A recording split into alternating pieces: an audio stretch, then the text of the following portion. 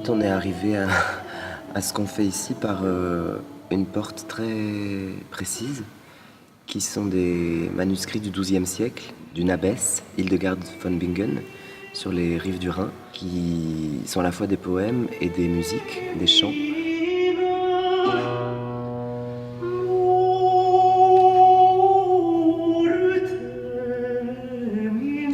C'est une expérience du temps qui est très spécifique parce que en fait on joue une quarantaine de pièces de ce manuscrit, mais qui ne sont pas des pièces qui ont été composées pour être enchaînées comme ça.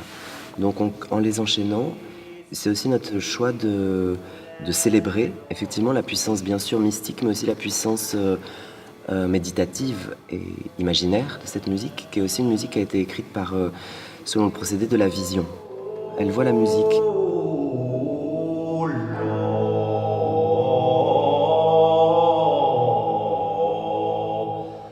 De la même manière que j'ai un peu appris à lire la musique pour mémoriser et chanter tout ça. C'était aussi c'est la première fois, c'est le premier spectacle pour lequel tu joues de la bandoula. Ouais. Je joue plutôt des claviers. C'est la première fois que j'en joue. Ça nous intéressait aussi de l'aborder à égalité d'ignorance entre guillemets, et dans son déchiffrage, et dans le jeu de l'instrument, et dans la technique vocale qui est d'ailleurs, tout est en chantier encore. En fait, on a choisi de la jouer sans partition, de la mémoriser, de la prendre par cœur en fait.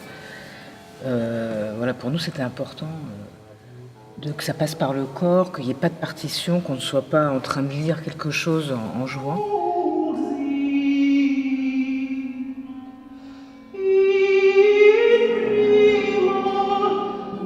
C'est aussi une expérience de l'écoute, de la perception, de la divagation, de l'observation.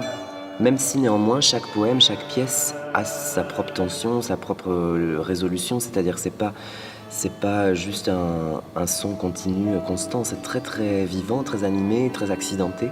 C'est un type de composition et de musique et aussi d'époque et d'imaginaire qui n'est pas du tout, que pour nous on utilise comme une manière de se poser des questions à nos conventions, à nos inquiétudes, à nos façons de faire.